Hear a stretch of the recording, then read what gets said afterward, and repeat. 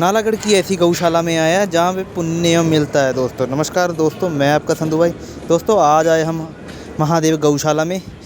दोस्तों यहाँ पे गऊओं को पेड़े देने से और सतनाजा देने से सभी कष्ट दूर हो जाते हैं दोस्तों।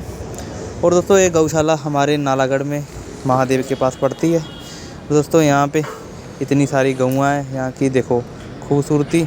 दर्शन करके गौ माता के पुण्य मिल गया दोस्तों हमें। तो दोस्तों जे आपने आना है तो आप यहाँ पे आ सकते हैं।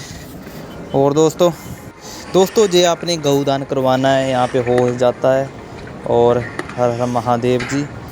और गऊओं को यहाँ पेड़े देने से कष्ट दूर हो जाते हैं दोस्तों। ऐसी लोकेशन है बाहर की मंदिर की। जय हर हर महादेव जी।